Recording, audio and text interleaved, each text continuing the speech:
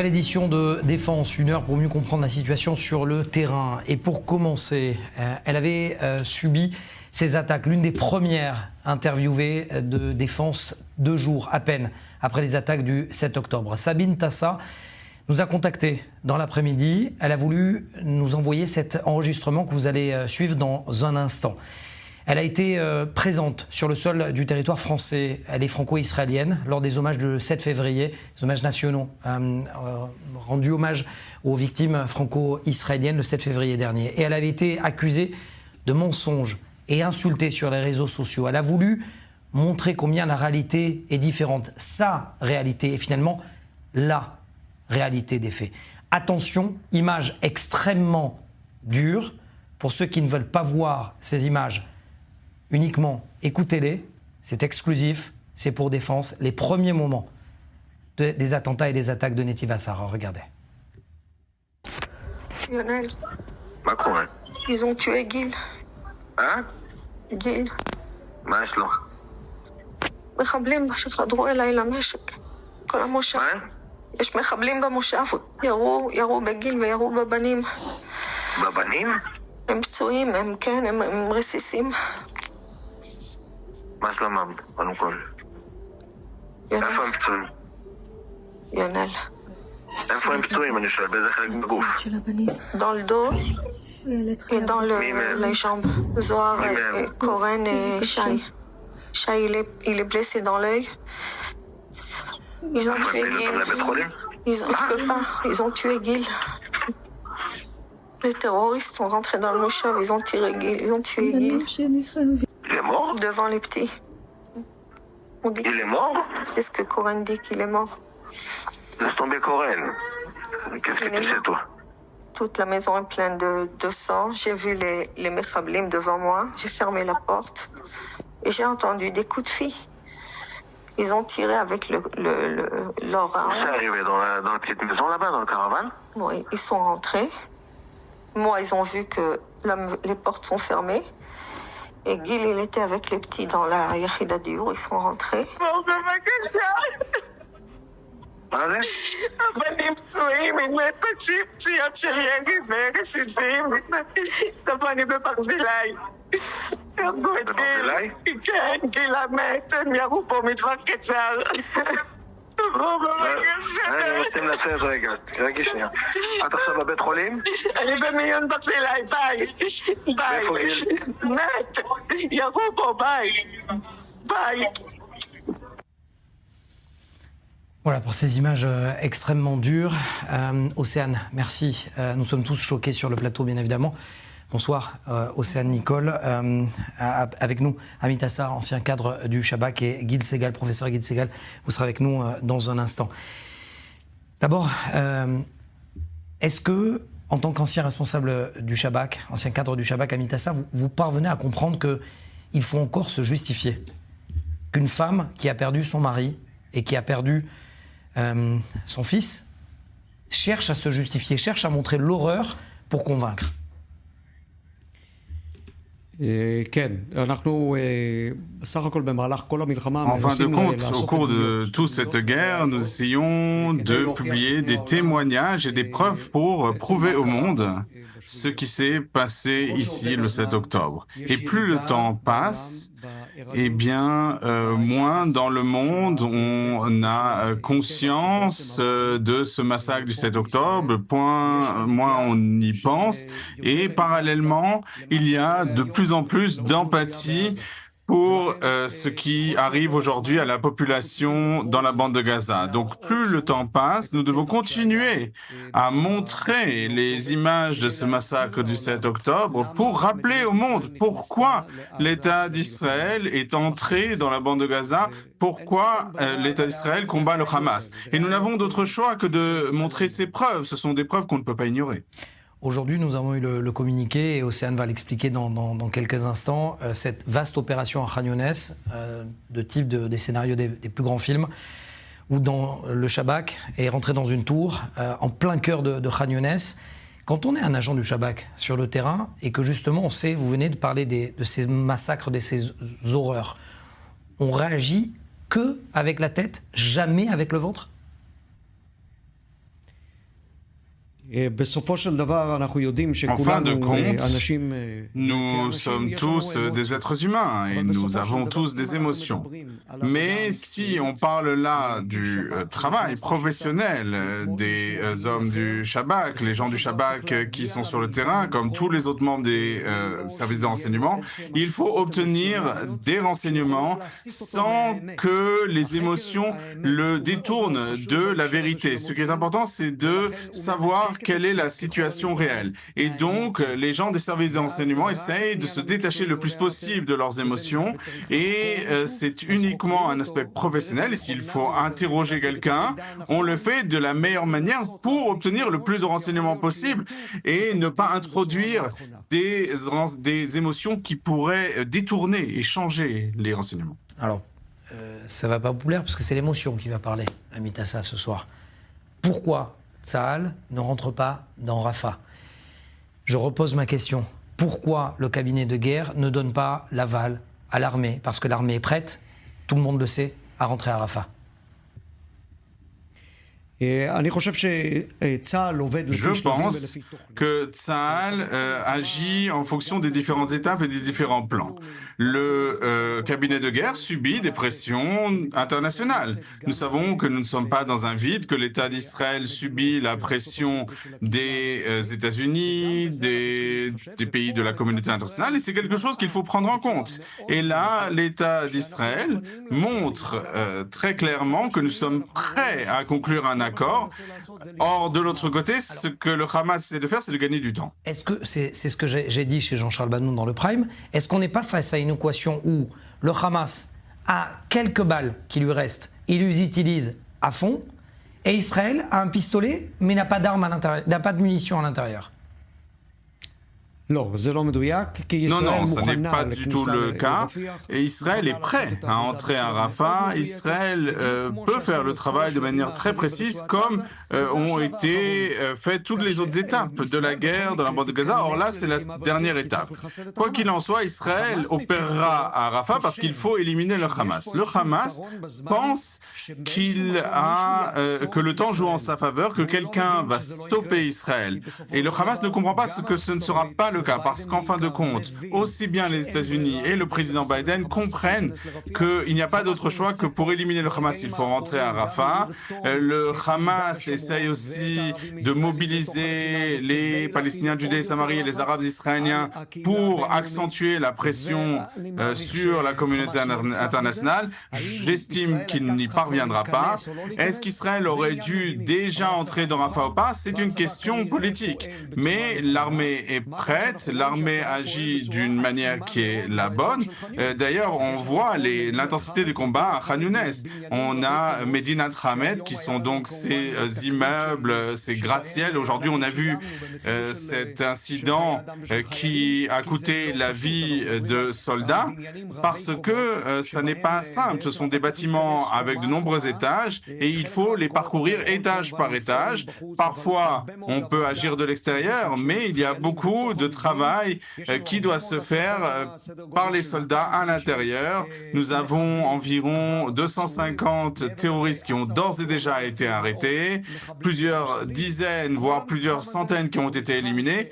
Et donc tout ce secteur est un secteur où l'armée agit de manière intensive. Donc on ne peut pas dire que l'armée n'opère pas, l'armée opère de manière intensive, étape par étape, et l'étape de Rafah viendra.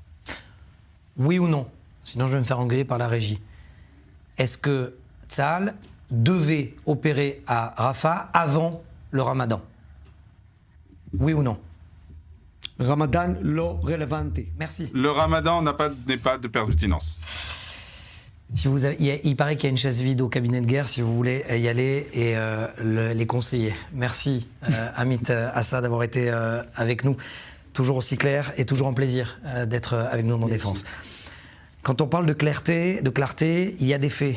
Et avec vous, professeur Gil Segal, merci. Vous êtes juriste, spécialiste du droit, également conférencier à l'université de Virginia School of Law. Pourquoi je disais clarté? Parce que j'ai vu plusieurs de... Est-ce que je peux dire que vous êtes un juriste activiste sur les réseaux? Je pense que oui. Je pense que la capacité qu'ont les juristes de prendre des récits compliqués et de les simplifier pour les permettre à des gens qui ne sont pas juristes de les comprendre, c'est quelque chose d'essentiel, surtout dans un monde de désinformation, de fake news et de haine. Quelqu'un doit dire, voilà ce qui signifient les choses, voici la vérité, le reste, ça n'est que du bruit. Pourquoi je vous ai demandé de venir? Parce que vous faites une analyse justement linguistique des mots. Vous dites que les organisations pro-palestiniennes aujourd'hui disent apartheid, génocide, colonisation de la mer au Jourdain. Et vous dites, ça ne sert à rien d'expliquer. Juste, il faut au contraire leur poser la question à ces organisations des droits de l'homme ou pro-palestiniennes, c'est quoi génocide? Expliquez-nous, c'est quoi votre stratégie? Je pense que lorsqu'on entre dans un débat où un des côtés utilise une terminologie qui n'est pas une terminologie populaire, mais une terminologie juridique. Le génocide, il y a une définition juridique. L'occupation aussi, c'est un terme juridique. On ne peut pas utiliser ces mots n'importe comment. Et donc, on a vu la vice-présidente des États-Unis qui était dans une école et quelqu'un lui a demandé pourquoi vous n'arrêtez pas le génocide. Et au lieu de dire est-ce que vous savez ce que c'est un génocide, eh bien, elle dit chacun a le droit à sa position. Non, ça n'est pas une réponse légitime, parce que le génocide, c'est un terme qui a une définition. Si je venais pour vous dire 4 plus 4 égale 8, eh bien, vous ne pouvez pas dire ah oui, moi j'ai mon opinion. Et le langage juridique, c'est un langage, et c'est cela qui permet d'avoir un débat où on sait de quoi on parle. Sinon, le bruit, la haine, l'absence de clarté permet de prendre des notions qui ont un poids psychologique et moral et en accuser n'importe qui. Par exemple, génocide. Si vous dites qu'il y a un génocide, eh bien, il faudrait qu'il y ait une population qui est sous attaque. Là, la population palestinienne a cru jusqu'à 3 millions aujourd'hui. Il n'y a aucun peuple qui a cru au cours d'un génocide qui s'est développé. Donc, il faut utiliser les termes correctement. Est-ce qu'il n'y a pas justement un vide juridique face à justement ces groupes-là qui utilisent des mots? C'est fantastique. C'est fantastique comme remarque, parce que il y a deux communautés qui se sont créées. Il y a ce qui se dit dans la rue, comme l'a dit le Premier ministre britannique, voilà, la rue a été prise d'assaut par la foule, et il y a les juristes qui sont dans leur tour d'ivoire. Et il doit y avoir quelque chose au milieu, où on prend le droit et qui traduit ce droit, qui le rend accessible pour connecter le monde réel au monde de la Tour d'Ivoire. Et à ce sujet, j'aimerais ajouter au droit l'éthique. Que dit l'éthique? Nous ne pouvons pas tout définir avec des termes juridiques. Il faut parler d'éducation. Il faut éduquer à ce qui est juste, ce qui n'est pas juste, ce qui est bon, ce qui est mal. Prenez un scénario, analysez. On a parlé des combattants du Shabak. J'ai parlé devant des combattants de Tsahal. On a là des gens qui ont les pieds sur terre, qui sont sur le terrain, et ils ont telle ou telle situation, et on leur pose comment résoudre. On prend donc l'aspect théorique du droit, et on le traduit en un code de conduite. Et je dois dire que Tsahal, en m'invitant, moi ainsi que d'autres, est tout à fait respecte cette code de conduite. Et le monde doit voir cette armée israélienne et doit demander comment on résout des problèmes. Saviez-vous que quand il y a autant de dégâts collatéraux, l'armée doit arrêter une opération qui a été prévue depuis 3 mois? S'il y a une cible que le Shabak veut éliminer et qu'il y a beaucoup de victimes collatérales, eh bien, on n'attaquera pas. Écoutez, je vais essayer de durcir ma question. Est-ce qu'on n'est pas en train de se convaincre nous-mêmes? Kev gadol. C'est une grande douleur de mon point de vue. Vous avez dit que j'étais un juriste actif.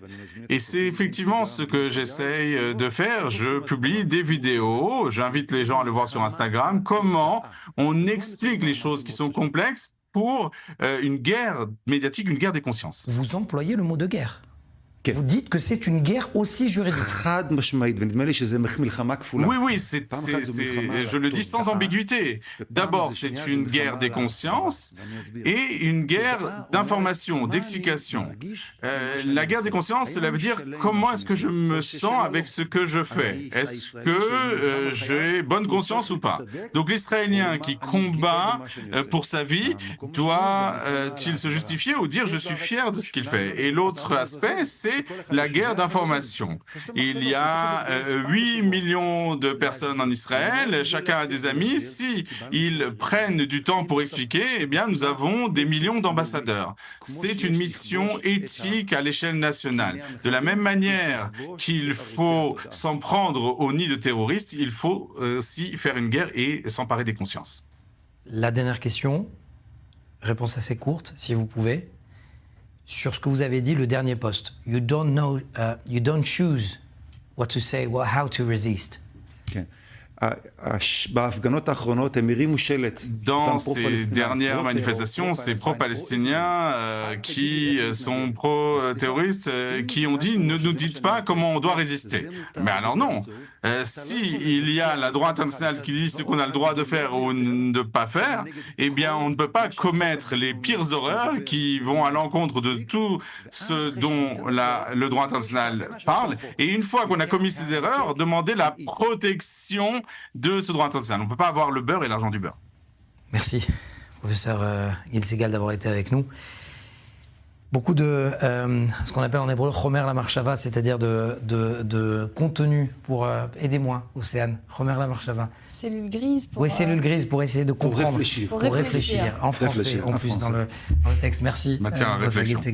Matière à réflexion, merci. Voilà, joie du direct. Où Michael Val me souffle, justement, merci à lui. 3500 logements qui ont été décidés d'être construits autour notamment de la ville de Ma'ale Adumim. C'est un sujet préparé par Mathieu Vendig. Ce mercredi, l'administration civile de Judée-Samarie et le Conseil suprême de la planification ont approuvé des milliers de constructions à Ma'ale Adumim, Efrat et Keïdar. Cette approbation porte à 18 515 le nombre d'unités de logement devant être construites en Judée-Samarie pour l'année écoulée. Le ministre Bezalel Smotrich s'est réjoui de cette décision d'approuver autant de logements. Il estime qu'il faut renforcer la présence juive en Judée et en Samarie. C'est le nombre de logements approuvés le plus élevé sur une période de 12 mois. Depuis l'arrivée de la coalition au pouvoir il y a 15 mois, le rôle du ministre des Finances a changé. Il est aussi ministre délégué au ministère de la Défense pour les territoires palestiniens. Jusqu'à cette réforme, l'administration de la Judée et de la Samarie dépendait du ministère de la Défense. Désormais, le ministre délégué, à savoir Bezalel Smotrich, a son mot à dire dans le processus. Il a le pouvoir d'approuver l'une des étapes du processus qui débouche sur de nouvelles constructions. Cette décision rend plus rapide l'approbation des nouveaux logements. La décision de réunir le conseil de planification fait suite à l'attentat perpétré mi-février entre Jérusalem et Ma'ale Adumim. Un Israélien avait perdu la vie et une dizaine de personnes avaient été blessées, dont une femme enceinte. Le Conseil suprême de planification s'était réuni pour la dernière fois en juin dernier. Cette institution décide de l'approbation des constructions et se réunit 3 ou 4 fois par an. Et on parlait des jeunes recrues, justement, de savoir vers quoi ceux qu'ils vont affronter dans les prochaines semaines. Eh bien, écoutez, cette réaction de l'une d'entre elles, de ces nouvelles recrues, de la brigade Givati, il vient de prêter serment au mur occidental, au côté de la Maravi à Jérusalem. Écoutez-le. Je m'appelle Nathan et je suis soldat dans la brigade Givati et je viens de prêter serment en tant que combattant. Et ça nous fait du bien malgré la guerre. Beaucoup ont été promus et nous nous sentons tous forts et motivés.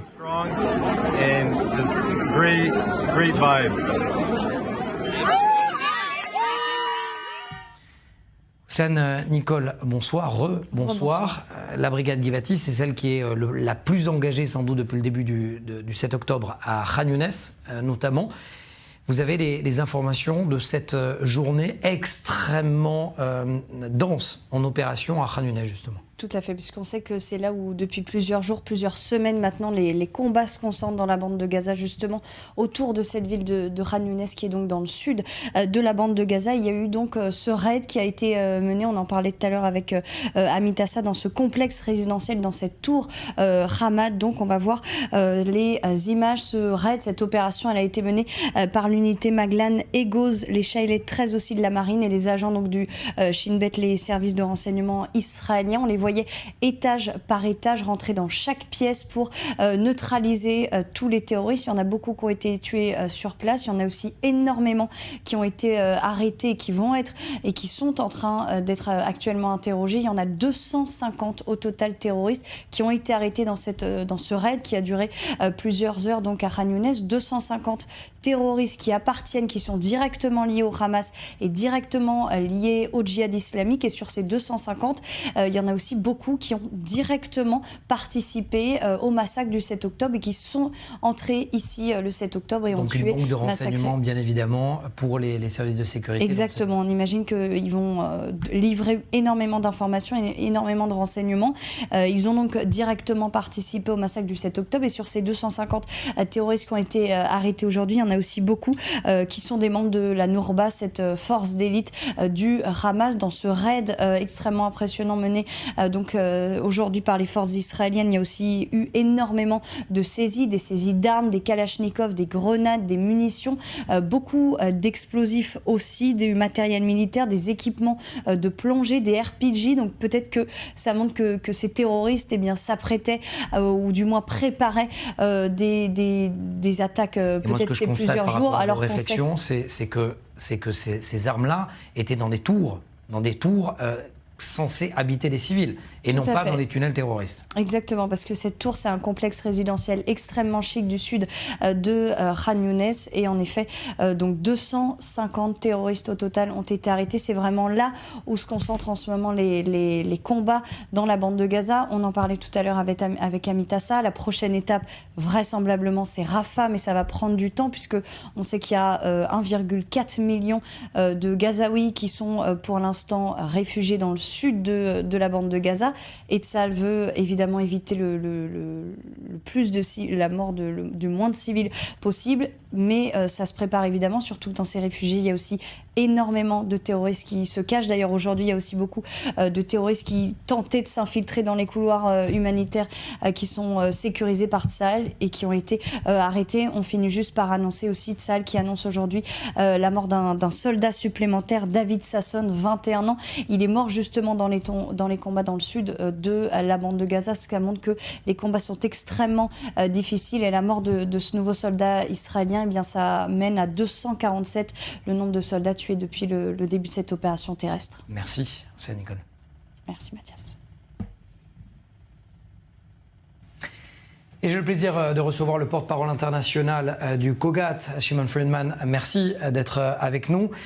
Avant d'aller plus loin dans la discussion, j'aimerais vous faire entendre un message dévoilé par le porte-parole de l'armée israélienne, l'amiral Hagari, hier soir en conférence de presse. Je vous propose de l'écouter, la relation entre l'UNRWA et les terroristes. Écoutez.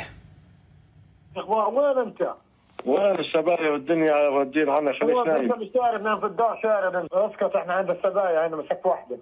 اسكت. وين انت ايش اخبارك؟ لا حبيبي. وين انت؟ والله روحنا اسكت.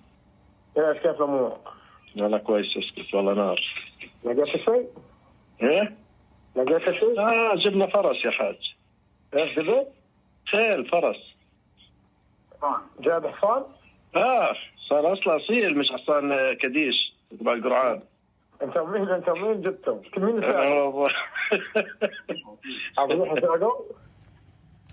Un rire glaçant. Et justement, Shimon Friedman, vous vous occupez d'aide humanitaire. Ça n'a rien à voir avec l'aide humanitaire. Merci pour votre invitation. C'est très difficile d'entendre cet enregistrement, surtout quand on sait les choses horribles que le Hamas a faites aux Israéliens depuis le 7 octobre. Mais lorsqu'on combat à Gaza, c'est important de garder à l'esprit que nous menons une guerre contre le Hamas et pas contre la population de Gaza. C'est la raison pour laquelle le COGAT se consacre à fournir de l'aide humanitaire aux Gazaouis. On a pris de nombreuses mesures pour qu'il y ait encore plus d'aide humanitaire qui arrive jusqu'à la population, que ce soit les camions qu'on voit régulièrement, les colis lâchés depuis les airs, etc. Israël et le COGAT se sont engagés à augmenter le volume d'aide humanitaire qui entre à Gaza pour que les civils qui ne sont pas impliqués dans des actes terroristes puissent en bénéficier. Le gros problème, c'est que chaque soir, je montre au grand public des camions à l'intérieur desquels se trouvent des hommes armés du Hamas. Qu'est-ce qu'Israël peut faire pour contrer ce qui se passe à l'intérieur de Gaza ? C'est important d'abord de comprendre le rôle d'Israël en ce qui concerne l'aide humanitaire. Si on décompose le processus d'acheminement de cette aide en 3 étapes, il y a d'abord les différents pays et les organisations qui envoient de l'aide. À cette étape, il y a moyen de fournir de l'aide supplémentaire si nécessaire. Ensuite, Israël est impliqué dans la deuxième étape qui consiste à inspecter les camions et à les faire entrer dans Gaza. La distribution marque la dernière étape. Elle est assurée par les organisations internationales sur le terrain. C'est leur responsabilité de livrer l'aide humanitaire et de s'assurer qu'elle arrive là où il faut. Donc, en clair, Israël n'a aucune responsabilité à l'intérieur de la bande de Gaza pour acheminer cette aide. La responsabilité de la distribution en elle-même incombe aux organisations qui opèrent dans la bande de Gaza.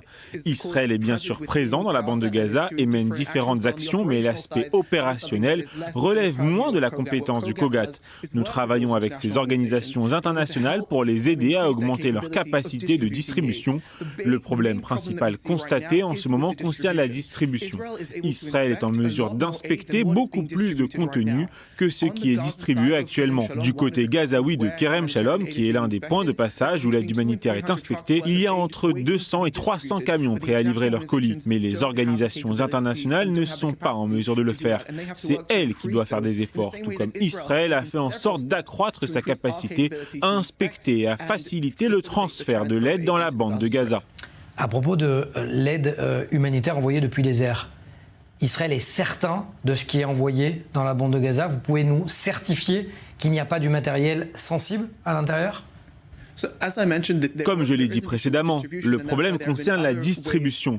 C'est pourquoi d'autres moyens sont utilisés pour acheminer l'aide dans la bande de Gaza, y compris le parachutage des colis par différents pays. Israël participe aux inspections et nous collaborons avec ces pays afin d'augmenter les livraisons, une fois encore, pour éviter des problèmes de distribution. Je repose la question, est-ce que les Jordaniens vous laissent inspecter leurs avions ? Comme je l'ai déjà dit, Israël participe aux inspections. Je ne peux pas m'étendre sur la nature exacte de ces inspections pour des raisons de sécurité évidentes, mais je peux vous dire que nous sommes impliqués dans le processus et que nous travaillons avec différents pays, dont les Jordaniens et les États-Unis aussi, qui ont largué des colis. Tout cela dans le but de faire parvenir l'aide aux habitants de Gaza qui en ont besoin.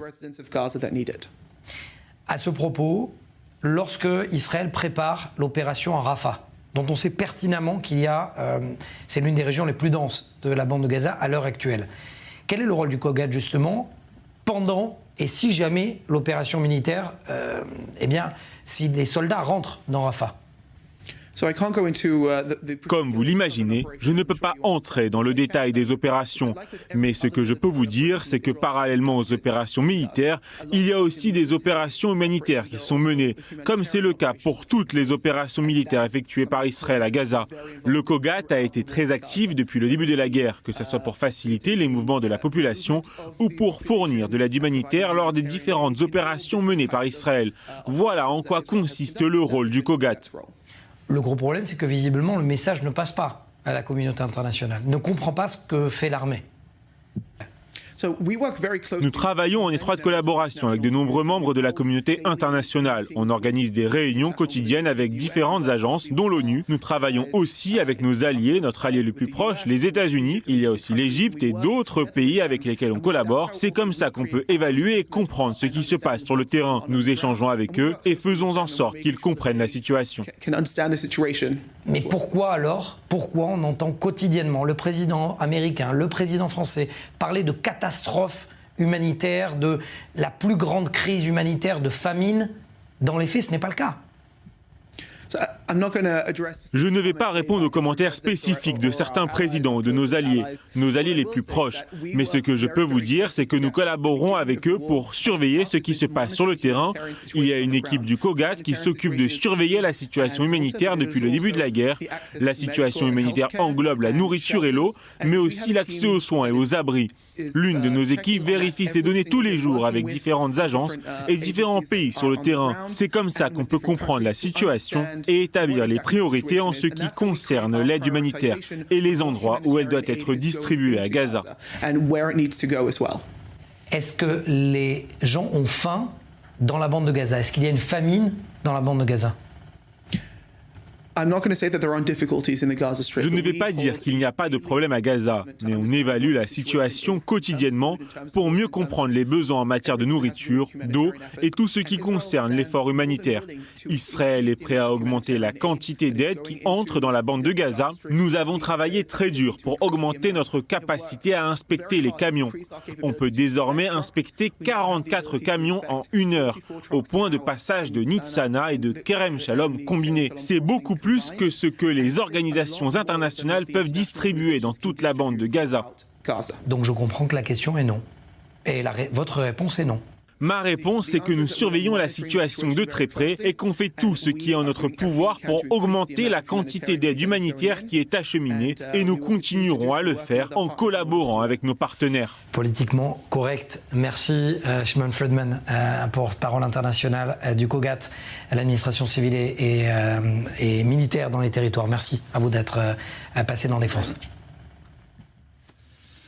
Et on se rend à Paris à présent, où nous attend Maître Déborah Journeau.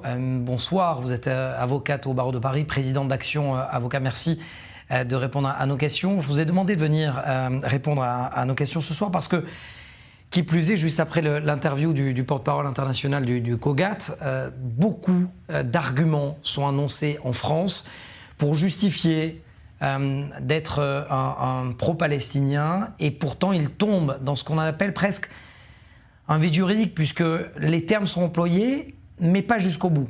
Alors, qu'est-ce qui est antisémite, qu'est-ce qui ne l'est pas, qu'est-ce qui est de l'incitation, et qu'est-ce qui ne l'est pas? Et c'est aussi votre domaine d'expertise, maître. Oui, bonsoir, merci de me recevoir. Donc évidemment, je pense que le 7 octobre va générer une nouvelle jurisprudence, et notre garde des Sceaux a appelé dès le 12 octobre à une sévérité particulière, a appelé le parquet à être particulièrement sévère pour dire que un acte, avoir des propos antisémites, ce n'est pas une opinion. Faire l'apologie du terrorisme, ce n'est pas une opinion également. Donc nous, on a pu constater que la justice est active depuis le 7 octobre. Déjà, d'une part, parce que les actes antisémites ont énormément augmenté en France, plus 1000% à compter du 7 octobre. On avait notre ministre de l'Intérieur qui était interviewé dans le cadre d'une commission des lois le 24 février dernier, et qui également révélait ces chiffres avec une augmentation qui est quand même fulgurante. J'ai envie de vous dire que la justice en France est présente. Elle répond aux attentes des avocats et évidemment des victimes. On a pu constater ces derniers temps des condamnations qui sont quand même fermes. Je ne sais pas si vous aviez entendu parler notamment de cette influenceuse qui avait remis en cause la mort d'un bébé et qui faisait l'apologie terrorisme en disant qu'il avait été mis dans un four. Voilà, rien que cet exemple-là, cette jeune femme a été interpellée, a été placée en garde à vue rapidement et a été condamnée à 10 mois d'emprisonnement ferme. Donc ça veut dire que la justice a bien compris que suite au 7 octobre, la sévérité doit être la règle. Donc je pense que la justice française est présente et répond bien aux actes, vu l'augmentation des actes qu'il y a eu depuis le 7 octobre. Lorsque ça fonctionne, et c'est bien de le dire, effectivement, vous avez raison. Pourquoi vous êtes venu en Israël, maître, récemment? Pourquoi vous aviez ce besoin du bureau de barreau de Paris de venir en Israël? Alors, comme j'ai pu vous l'expliquer, nous, on a lancé cette initiative d'un groupe d'avocats. Nous sommes 800 avocats maintenant réunis autour de cette association Action Avocats et nous menons des actions essentiellement de lobbying pour donner de la visibilité aux otages et pour lutter contre l'antisémitisme et cette mauvaise image qui est donnée à l'État d'Israël. Et quelle meilleure façon presque, on aurait aimé terminer ce cycle et que tous les otages soient libérés, quelle meilleure façon que de se rendre en Israël pour être au contact de la population, que ce soit l'armée, que ce soit les agriculteurs, les familles de victimes, les familles de rescapés et également nos confrères. Donc c'était important pour nous de venir et de ressentir quelle est l'ambiance en Israël actuellement et puis évidemment témoigner de notre soutien. Alors, soutien, c'est très bien. Comment on explique ensuite, quand on revient en France, que, par exemple, ces phrases, moi, il y a une phrase qui m'a choqué ces dernières semaines, on vit l'un des pires crimes contre l'humanité, l'un des pires génocides en temps réel sur Internet, sur les réseaux. Et cette phrase est reprise d'ailleurs assez souvent par, je l'appelle la dictature de la bien-pensance. Est-ce que c'est un crime de dire cette phrase? Alors, j'imagine que vous parlez des crimes qui ont lieu actuellement à Gaza. Bien sûr. Alors, évidemment, c'est pas notre position à nous, puisqu'on est plutôt dans une position de dire qu'Israël est dans un état de légitime défense et que malheureusement, le seul moyen de préserver l'existence d'Israël, c'est d'éradiquer le Hamas. Donc, on n'est pas, en tout cas nous de notre côté, on n'est pas dans cette dynamique-là. On peut non, pas mais justement, considérer... vous avez bien compris ma question, c'est-à-dire comment on lutte contre ceux qui justement veulent imposer cet état de fait, comme si finalement le Hamas était, comme si Israël était devenu le Hamas aux yeux de ceux qui l'accusent justement de génocide et de crime.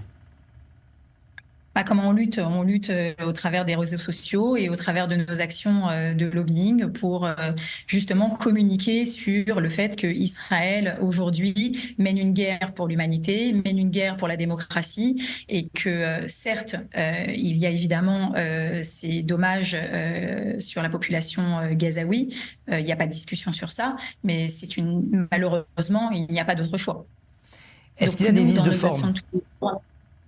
Est-ce qu'il y a des vices de forme? C'est-à-dire qu'une fois en position d'accusé, eh bien, celui qui est accusé va dire « mais j'ai pas voulu appeler à l'antisémitisme, je n'ai pas voulu appeler à l'incitation ».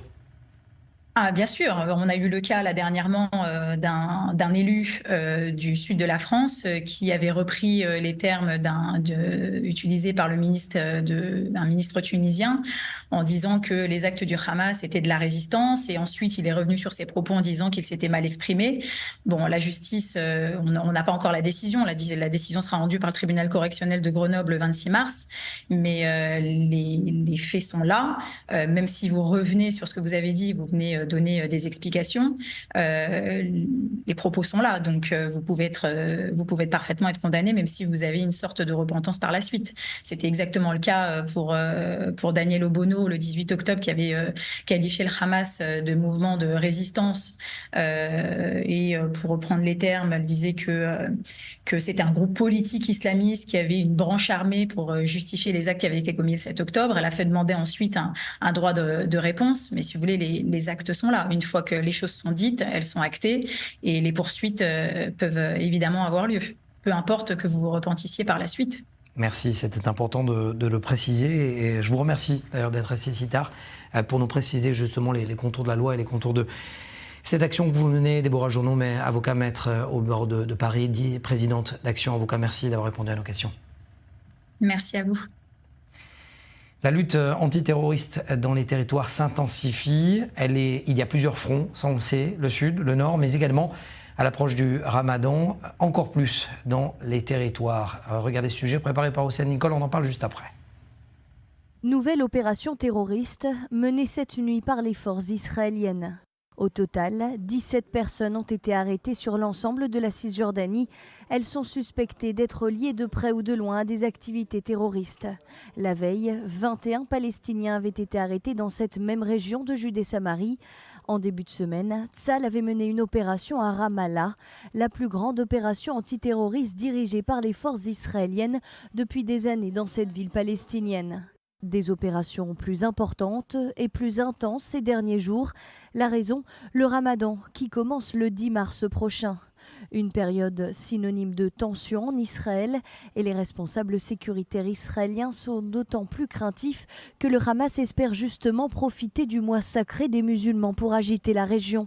L'organisation terroriste mène même une véritable campagne médiatique sur les réseaux sociaux, une campagne qui a même un nom, Inondation d'Al-Aqsa, où le but est simple, appeler les Palestiniens et les Arabes israéliens à la rébellion et à la résistance sur tous les fronts.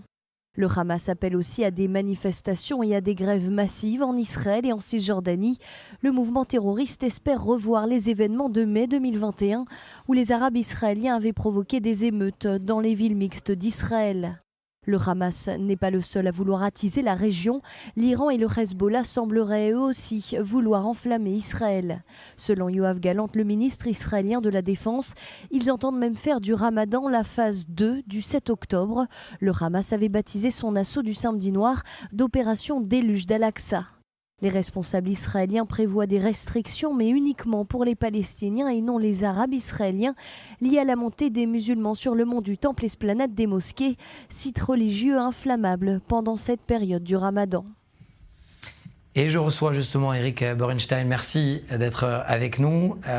Vous êtes un soldat réserviste. Vous venez de terminer plus de 150 ou 120 jours de période de réserve dans les territoires, justement, Jenin, Tulkarem.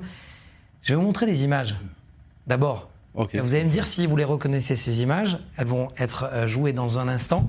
Vous allez me dire si vous les reconnaissez, elles ont été filmées. Vous voyez lesquelles c'est ou pas? Tout à fait, oui. Tout à fait. De quoi il s'agit? Ça, c'est le camp de réfugiés Tulkarem. Et donc ça, c'était... ça, c'est moi qui... en fait, on a été surpris. Il y a eu une embuscade sur nous. Ça, c'est moi, il y a un soldat qui m'a filmé pendant quelques secondes, mais évidemment, l'incident était beaucoup plus... Précisons que vous tirez non pas au hasard, mais vous tirez sur des terroristes qui vous visent. En effet, tout à fait. Là, j'avais pas le terroriste en vue, mais c'est de là qu'il y a eu une embuscade sur mon groupe. Et donc, on menait en fait ce cortège. Ce que l'on voit, c'est une rue, bien évidemment... qui a été terrassé, le bitume a été terrassé par les... En fait, on a beaucoup d'aide, d'appui du génie militaire. Et donc, en fait, c'est pour ça qu'à mon avis, on les a surpris, on a été retardés, parce que donc, les bulldozers du génie militaire retournent toutes les routes, parce que les terroristes mettent des charges explosives dans les routes. Et ils initient volontairement, donc, de manière contrôlée, les explosions pour qu'on ne saute pas sur ces charges. Donc, Eric, vous avez 52 ans. 52 ans, en effet. Et demi. Et demi. Vous avez réalisé plus de 120 jours, je disais quasiment 4 mois de période de réserve. Plus. En fait, demain, c'est la fin de mon service officiel. Je me suis libéré il y a 10 jours, mais l'armée nous donne encore 10 jours de repos. Payé, donc officiellement jusqu'à demain, je suis encore... Dans quel état d'esprit on est? Parce que vous combattez avec pas de terme, des jeunes, des gamins qui ont 22, 23 ans, 24 ans. Surtout moi, on m'a mis dans une section où il y en a qui ont terminé l'armée seulement il y a 2 mois avant la guerre, c'est-à-dire qu'ils ont 21 ans. Et les plus âgés ont 23, 24 ans, y compris mon officier qui a 24 ans. Et alors à 52 ans, on se dit quoi?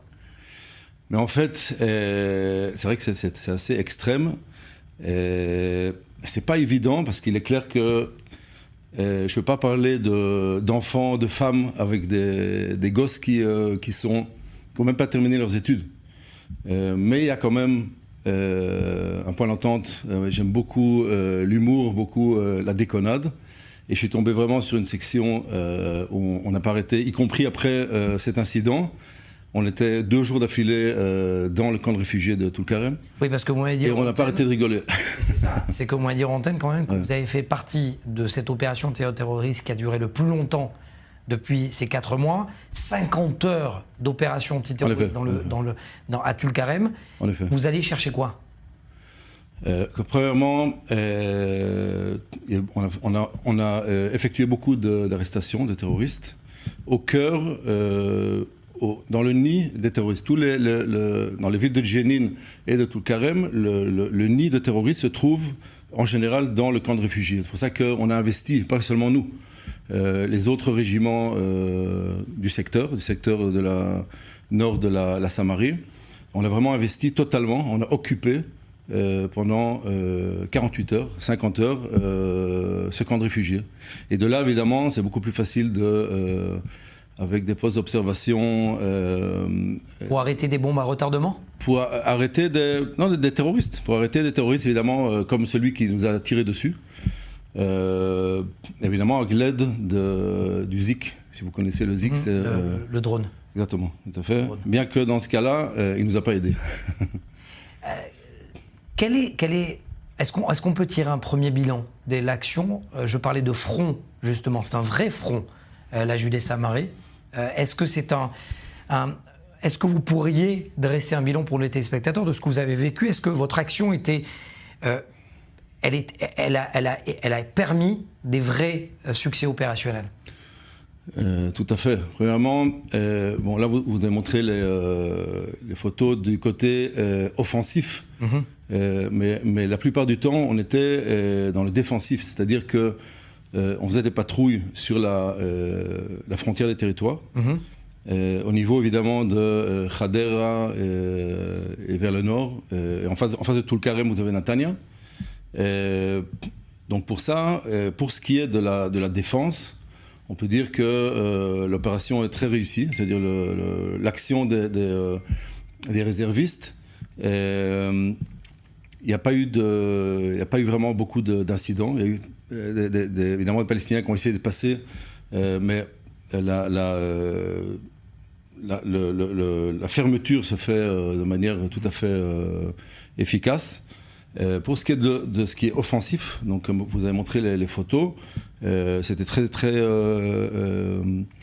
réussi également. Il y a eu, au début, quand je suis arrivé donc dans le camp de réfugiés de Jenin, il y avait 1500 terroristes, et vers la fin, presque plus aucun terroriste ne s'y trouvait. Également, il y a une grande opération de 3 jours dans le camp de réfugiés de Jenin, ce qui a permis évidemment la fuite. Il y a beaucoup d'armements qu'on a on a attrapé, on a saisi beaucoup d'armements, beaucoup d'arrestations, presque 3000 dans toute la zone. On a évidemment participé à ces arrestations, 3000 terroristes qui ont été arrêtés. Ça sera ma dernière question. Vous êtes dessinateur ? En effet. Votre profession de base. Et la dernière fois que j'étais là, c'était en présentant le livre que j'avais illustré. Qui est dans le domaine de la sécurité. Tout à fait. Des agents. Je vous en prie, c'est du direct. Désolé. Comment vous pourriez dessiner, en quelques mots, si vous aviez un crayon là ce soir, dessineriez-vous vos plus de 100 jours de réserve dans les territoires, ces opérations il est clair que c'est l'incident, l'embuscade qu'on nous a fait, c'est clair que c'est le plus intéressant, le plus d'adrénaline, le plus cinématographique. Donc j'ai un ami qui a eu l'état d'esprit, la sortie, il savait que j'allais tirer vers le bâtiment, et c'est clair que cet épisode-là, je le dessinerai, clairement. Bon, bah écoutez, vous reviendrez en plateau, vous nous présentez avec plaisir. Votre livre, peut-être. Avec plaisir. Merci. Eric Borenstein, de nous avoir raconté votre histoire, parce que on a toujours des soldats avec des uniformes et des casques, on ne sait pas qu'il y a des vies derrière. Vous êtes papa d'un jeune adolescent, si je ne me trompe pas. Qui a 17 ans. Qui a 17 ans, d'un vrai adolescent d'ailleurs. D'être aussi loin pour justement qu'il puisse vivre en sécurité. Qui fait la préparation aux unités d'élite déjà depuis 1 an. Le digne successeur de son père.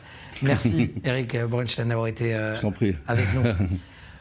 Avant de se quitter, on regarde ce sujet préparé par Kessila Seli sur la manière dont les soldats israéliens vont collecter l'argent du terrorisme dans la bande de Gaza. Regardez. Venez, je vais vous montrer notre butin d'aujourd'hui.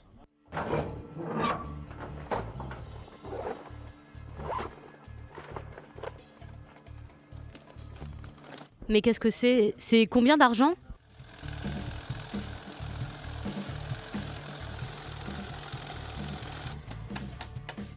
Chaque liasse contient 10 000 $, donc dans chaque pochette plastique comme celle-ci, 60 000 $. Et combien de liasses comme celle-ci il y a dans le sac? Nous en avons compté 27, donc ça fait 1,5 million de dollars. 1,5 million dans un seul sac? Dans un seul. Cela me fait tout drôle d'être à côté d'une telle somme d'argent. Cette prise est la plus importante qu'on ait faite. Et en shekels, ça fait une vingtaine de millions de shekels. Un peu plus, il me semble. Vous êtes tous devenus un peu banquiers. Nous allons tout compter, tout enregistrer, et ce soir, l'argent partira. Vous vous souvenez de la photo de Mohamed Deif avec des dollars en main? Je m'en souviens. C'est possible de lui mettre la main dessus. Pour l'unité Shalal de Tsahal, en charge de l'argent trouvé, les journées sont bien remplies. À Khan Younes, ces derniers jours, les forces de Tsahal ont perquisitionné les bureaux de la brigade locale du Hamas. Ils ont trouvé des millions de shekels, des fonds terroristes que le Hamas stockait dans des coffres forts. Ce mois-ci, nous avons vu les images de Yahya Sinwar en sandales, un sac à main, sous terre à Khan Younes. En voyant tout ce qu'il a laissé derrière lui dans le tunnel, on comprend qu'il a dû fuir, et vite. Nous sommes ici dans la cachette principale de Sinwar. Ici, c'est ce qu'on a trouvé sous terre. Ils se sont enfuis, tout a été abandonné. Ils ont entendu les forces de Tsahal s'approcher. Ils savaient que nous arrivions et ils se sont enfuis. Ici, nous avons trouvé des millions de shekels et de dollars à l'intérieur et de l'argent éparpillé un peu partout. C'est ici que Sinwar s'est enfui et qu'il a laissé au moins une partie de ces millions derrière lui. Un jour, environ 25 millions de shekels ont quitté Khan Younes. C'est la totalité de l'argent trouvé par l'unité Shalal depuis le 7 octobre. Nous sommes entrés dans la banque, nous avons découvert des voies souterraines. Et là, 3 chambres fortes. Dans le bâtiment, à cet étage, des grenades, des gilets et des fusils. Les travaux visant à percer les chambres fortes sont en cours. Nous avons ouvert les chambres fortes et nous y avons trouvé des centaines de milliers de shekels. Des centaines de chèques et des documents probants. Toutes ces transactions ont été effectuées entre le 2 et le 5 octobre, juste avant le 7 octobre. Plus de 50 millions de shekels en espèces ont été saisis dans l'ensemble de la bande de Gaza. De l'argent destiné à financer le terrorisme et qui se trouve actuellement dans les mains de l'unité Shalal. Ce sont essentiellement tous les biens qui ont été saisis pendant les combats. Nous sommes en mesure de les déclarer comme incriminants lorsqu'ils sont liés au terrorisme. C'est tout d'abord l'argent, les armes et les ordinateurs. Tout ce qui sert aux terroristes est considéré comme de la saisie. Et en voyant ces énormes sommes, on comprend qu'elles ne sont pas destinées à des particuliers. À chaque prise de ce type, des commandants, des officiers sont présents. Et au moment où nous saisissons les fonds, nous enregistrons également le passage du témoin entre nous, en vérifiant sur place le nombre de paquets. Nous leur confirmons que la responsabilité de cette prise nous est désormais confiée et à partir de là, nous gérons le processus jusqu'à la transmission de fonds et dans ce cas au ministère de la Défense qui signe un reçu. Une véritable chaîne de contrôle est mise en place tout au long du processus. La majorité de l'argent saisi est transférée à la tombée de la nuit au ministère de la Défense. De là, un processus juridique est mis en place et on connaît bien l'importance de ces dollars pour le Hamas. Toute personne qui kidnappe quelqu'un reçoit une récompense. Quelle est la rémunération qu'ils vous ont promise? Un appartement, une maison et 10 000 $, parce qu'ils veulent des prisonniers. Pourquoi les gants? Parce qu'ici, les armes datent du 7 octobre. Donc certaines conservent encore des traces ADN de ceux qui ont participé à l'opération. Tout ce que vous voyez ici a servi le 7 octobre.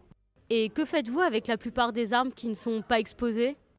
Les armes sont transférées dans un entrepôt militaire et à partir de là, le ministère de la Défense décide de ce qu'il veut en faire. Qu'il s'agisse de la vente à d'autres pays, de la mise au rebut ou de la vente des métaux. Voici les Kalachnikov AK-47, les plus simples. Des roquettes anti-tank Yassine. El Yassine, c'est bien ça? Correct. Voici la grenade propulsée par roquette, fabrication locale, gazaoui, fabriquée par le Hamas. Il y a la version ZPU, l'arme lourde contre les avions. Les balles elles-mêmes sont stockées dans les seaux, ces sacs de riz qui ne sont pas vraiment destinés à la consommation. Ils sont utilisés pour stocker des balles et d'autres munitions. Ça, c'est un dispositif explosif destiné à être suspendu à une clôture. Voici le crochet. Toutes les pièces principales sont fabriquées à partir de graines d'air conditionnées en plastique. La gaine elle-même est remplie d'explosifs, de TNT, il place une charge à l'avant et l'explosion fait tout simplement une brèche dans la clôture. Après avoir vérifié qu'il n'est pas piégé, nous le transmettons à l'enquêteur. Il faut 4 heures à compter du moment de la prise. Nous sommes déjà à la disposition des enquêteurs, ce qui est très rapide. afin qu'ils puissent en quelques heures transmettre des informations aux forces sur le terrain. Et après l'unité Shalal, c'est transmis à l'unité de collecte de renseignements et de matériel technologique. Voici en exclusivité l'endroit où l'on analyse l'argent saisi. Ce matin, j'ai visité l'unité de collecte de renseignements et de matériel technologique de la section des renseignements. Cette enveloppe était tout spécialement destinée à Yahya Sinwar et à sa famille. $20 000 en liquide. $20 000 pour Yahya Sinwar. Une somme destinée pour sa famille, une somme lui étant personnellement destinée. C'est-à-dire $20 000 appartenant à Sinwar lui-même. Oui, pour son usage personnel. Cette enveloppe indique-t-elle que nous nous rapprochons de Sinwar ? Nous rentrons essentiellement dans les souterrains de Khan Younes. Dans ce réseau souterrain, nous trouvons des sommes équivalentes à des dizaines de millions qui ont servi aux dirigeants du Hamas. Nous savons que les hauts responsables du Hamas ont pris beaucoup d'argent lorsqu'ils sont arrivés dans la bande de Gaza. Ils l'ont gardé pour eux dans des sacs pour leur usage personnel et pour la construction d'infrastructures militaires. Cette semaine, un soir, une livraison de matériel est arrivée dans les souterrains de Khan Younes. Tous les membres de l'unité ont été mobilisés et nous avons travaillé toute la nuit. Nous sommes restés ici jusqu'à 4h30 du matin pour trouver tout ce qui pouvait être dangereux et critique. Vous avez réalisé qu'il s'agissait de quelque chose d'exceptionnel ? Tout à fait. Nous avons compris que cette nuit était quelque chose qui n'arrivait qu'une fois dans une vie. Aucun d'entre nous n'a vécu cette expérience au cours de son service actif. C'était donc primordial d'exploiter tous les renseignements sans attendre ? Essentiel. Combien de temps faut-il pour décoder tous ces éléments ? Nous sommes ici depuis 4 mois, la journée entière, le Shabbat et toutes les nuits. En gros, 24 heures sur 24, 7 jours sur 7. Il faut beaucoup de temps pour déchiffrer tous les documents et les communiquer le plus rapidement possible. On ne peut pas se permettre de perdre son temps. À titre personnel, qu'est-ce que ça vous a fait de tenir entre les mains l'enveloppe que Sinwar a tenue ? Écoutez, au-delà du fait que je vais me laver les mains avec du savon, le fait de tenir l'enveloppe montre à quel point nous nous rapprochons des dirigeants du Hamas et que nous sommes juste derrière eux. Nous continuerons à les traquer jusqu'à ce que nous ayons tous les dirigeants du Hamas, jusqu'à ce que nous trouvions nos otages. Et ici, on peut voir qu'au moins $20 000 de Sinwar se trouvent entre nos mains, et non entre les siennes. Merci à l'équipe technique d'avoir réalisé cette émission. Une de plus, cette émission spéciale de défense. Bonne soirée, très bonne soirée sur i24 News et surtout de meilleures nouvelles.